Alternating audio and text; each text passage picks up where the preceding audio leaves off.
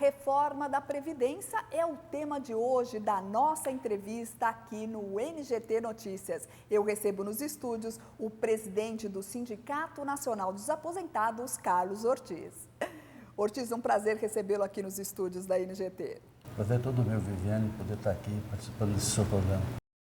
Ortiz, o governo diz aí que a reforma da Previdência é necessária porque o sistema previdenciário do Brasil está condenado porque a população envelheceu. É isso mesmo? Eu queria que você mostrasse qual que é o grande problema da Previdência hoje no Brasil e se tem esperança aí para o jovem que está começando a trabalhar hoje, se tem esperança de aposentadoria para esse jovem, Ortiz? Olha, com certeza tem, né? Nós costumamos dizer que o pessoal prega que a Previdência está quebrada, que a Previdência está falida, e nós falamos, a Previdência hoje ela não está falida, ela não está quebrada. O que você tem hoje realmente é uma má administração que faz com que a Previdência, muitas vezes, ela se torna deficitária quando você engloba junto na Previdência a questão dos rurais, a questão dos funcionários públicos, a questão dos militares, que ganham muito bem, mas só os trabalhadores da ativa, o que eles contribuem, a parte deles com a parte do empresariado, é o suficiente para manter a Previdência. Agora, óbvio que nós estamos realmente preocupados com essa situação e nessas conversas que está tendo das centrais sindicais com o governo, nós temos feito algumas propostas para melhorar a eficiência da Previdência. Porque quando você fala, por exemplo, né, das dívidas, né, das empresas que têm com a Previdência, elas estão falando mais ou menos de 300 bilhões, né, que devem. Então, se você criar um sistema de cobrar, né, então está falando do Refis, de cobrar essas indústrias, essas empresas que pagam, já seria uma grande coisa.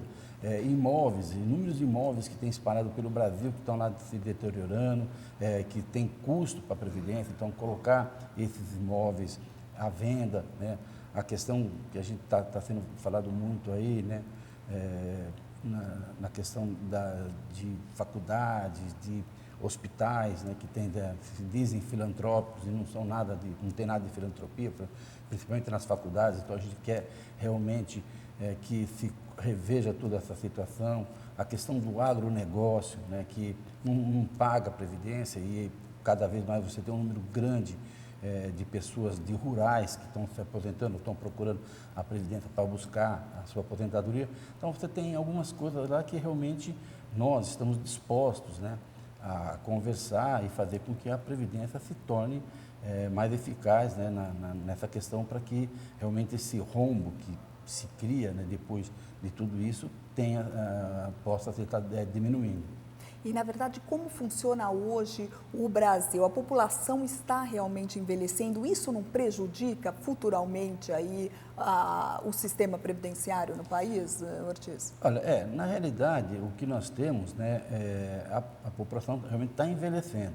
Tanto é que, quando nós fizemos uma proposta, né, de acabar com o fator previdenciário, que nós apresentamos uma proposta de você criar o fator que é 85 ou 95, justamente já foi pensando nisso, né?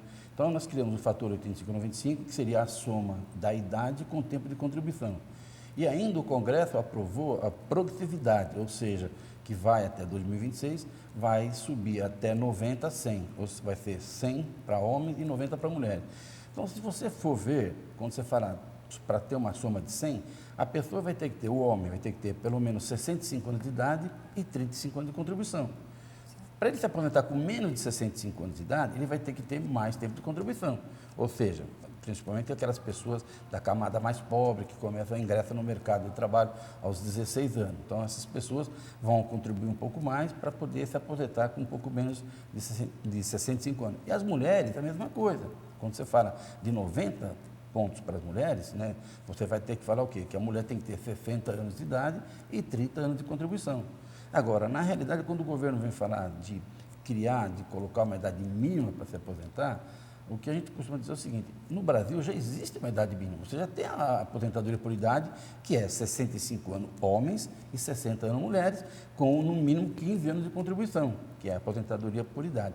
Agora, o que o governo quer, e ele não tem coragem de falar, o que eles querem sim é aumentar a idade da mulher, fazer com que a mulher contribua muito mais tempo, que a mulher não se aposente mais com 60 anos, se aposenta com 65 anos.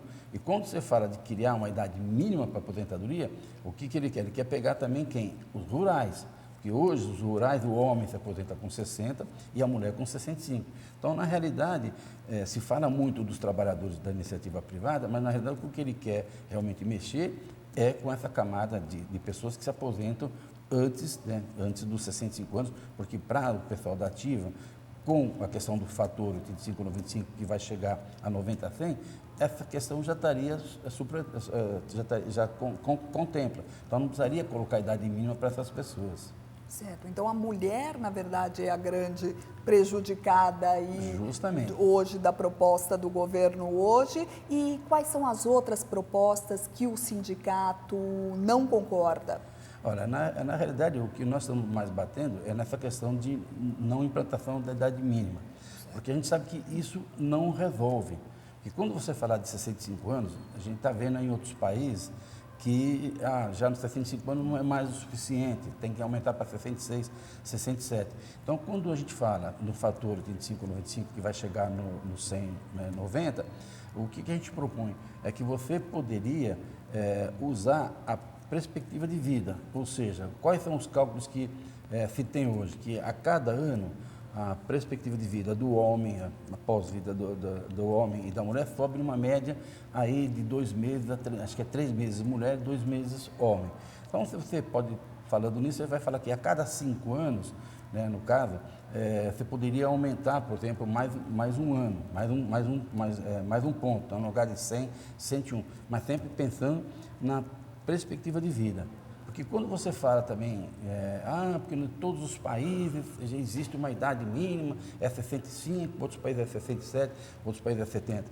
Nós estamos falando em países de primeiro mundo, onde as pessoas, quando chegam aos 60, 62, 60 e poucos anos, eles têm condições de se empregar, de entrar no mercado de trabalho. Agora, no nosso país, infelizmente, ainda hoje, não é a realidade.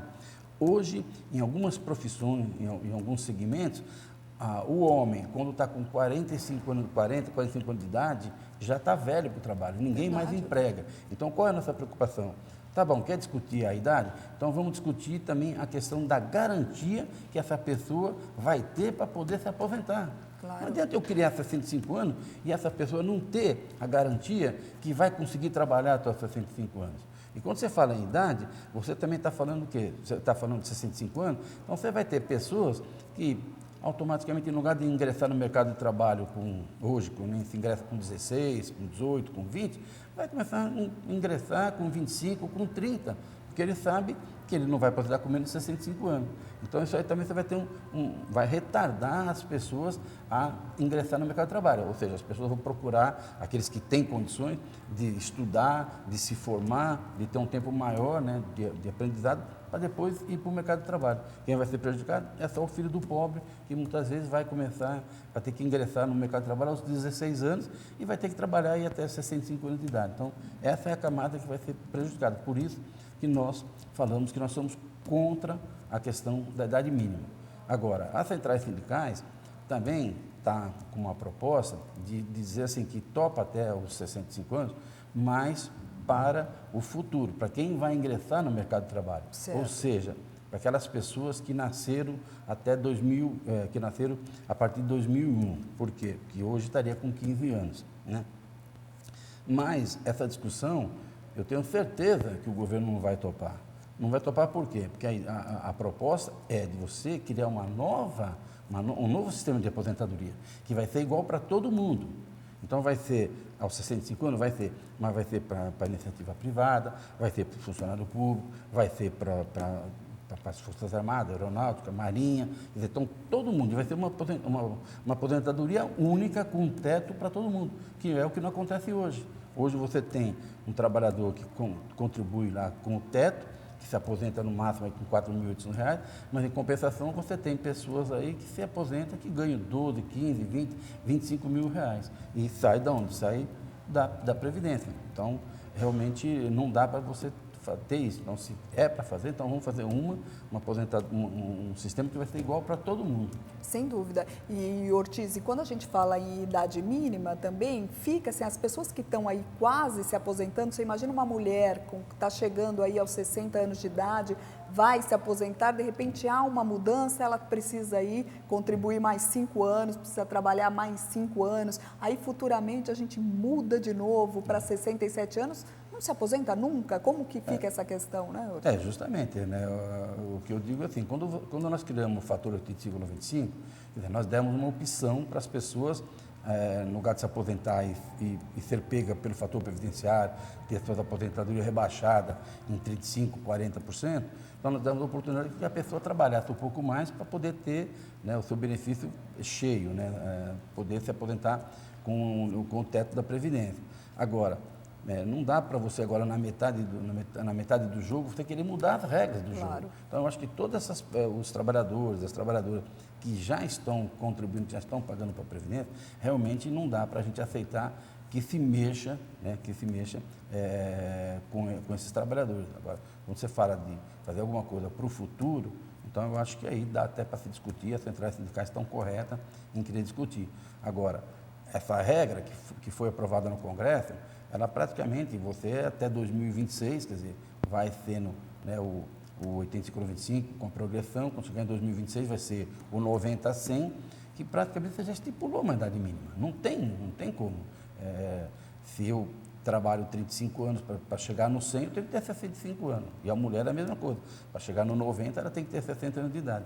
Então, eu acho que para essas pessoas que já estão no mercado de trabalho, eu acho que o que foi negociado, que foi aprovado lá, já é o suficiente. O governo tem ouvido realmente, tem dado espaço para as centrais sindicais? Olha, na realidade, o que a gente está vendo, que se teve uma iniciativa, aí, um início de negociação, mas me parece que agora o próprio governo, acho que está esperando a definição, né, se é governo interino, se é governo definitivo.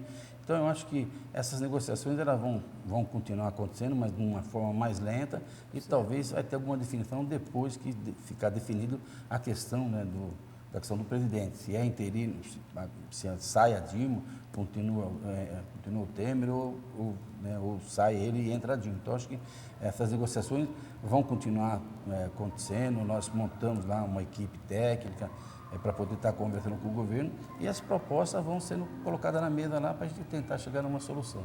Ortiz, para finalizar, eu queria que você explicasse para o trabalhador, telespectador aqui da INGT, para como que ele faz para entrar em contato com o sindicato e se tornar um associado. Olha, aqui em São Paulo é a coisa mais fácil que tem, né? Nós temos uma sede aqui na Rua do Carmo, né? 171 era o prédio do Sindicato dos Metalúrgicos. Tem o nosso telefone que é o 3293-7500, né?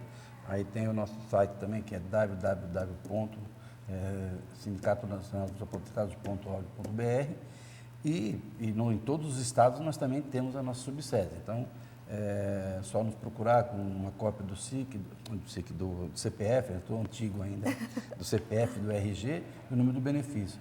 E o nosso sindicato, ele tem esse caráter político de estar lutando, defendendo os aposentados do nosso país, mas também nós temos muito que oferecer também para os nossos aposentados, com um benefício, com plano de saúde mais barato, convênios com farmácia, fizemos um com a Raia Drogazil, outras farmácias, convênio com clínicas médicas, com laboratórios médicos. Nós temos a Unione para proporcionar viagens, passeio com preços mais baixos.